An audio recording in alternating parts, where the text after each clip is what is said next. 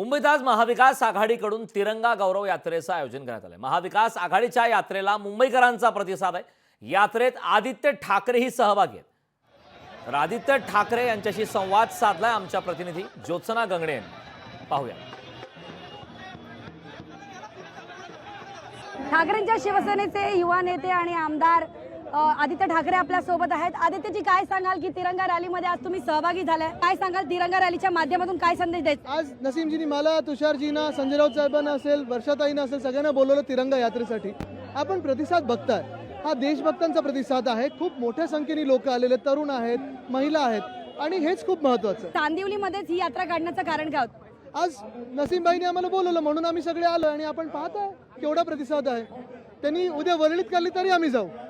म्हणजे पुढची यात्रा सर वरळी तुमच्या मतदारसंघामध्ये? मला वाटतं देशभक्तीची यात्रा भारत जोडो होती, देशभक्तीची यात्रा आमचा प्रचार होता।